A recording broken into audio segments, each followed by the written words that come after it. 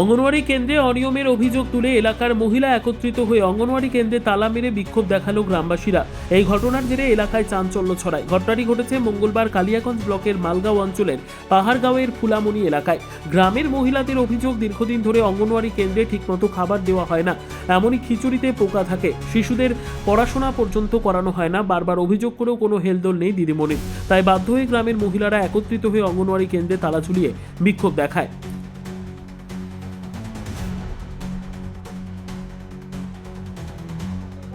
এই সেন্টারে খিচড়ি আবার মাগুলা পাচ্ছে না, বাচ্চাদের খিচড়ি পাচ্ছে না, আর ডিমও পাচ্ছে না ঠিক মতন। আবার খিচড়ি আবার দিদিমণি আসে না, টাইম বেশিরভাগই বন্ধই থাকে আর আসেই না। আর যে যে আন্ধনি দিদি আবার বলছে আমাকে এখানে নিয়ে আসলে আবার কি করতে পারবে, আমার ইচ্ছা মতন আসবো, আসতেও পারি না আসতেও পারি। প্রতিদিন খোলা হয় কি না, বন্ধ, বেশিরভাগই বন্ধ। সপ্তাহে কয়দিন দেওয়া হয়? সপ্তাহে যদি বেশিরভাগই বন্ধ, 3 সপ্তাহ বন্ধ থাকলো, 3 সপ্তাহ বন্ধ থাকলো।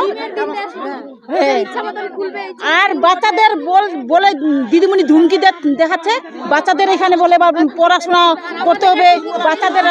আবার দিদিমণি আসে আবার এখানে আবার একটুকু বাচ্চাদের আবার পড়াশোনা কি আর কিছু করে না, আসে আবার ডিম দিয়ে পালায়। আবার বেশিরভাগই বন্ধ।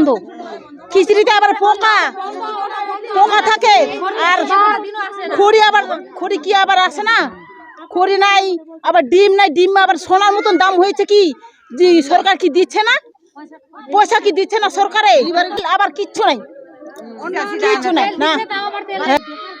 আমি তো আসি, এমন নয় যে আসি না, আসি ঠিক মতন খিচুড়িও দেওয়া হয়, যদি 2-1 দিন বাদ দেওয়া হয় সেটা ডবল করে দেওয়া হয়।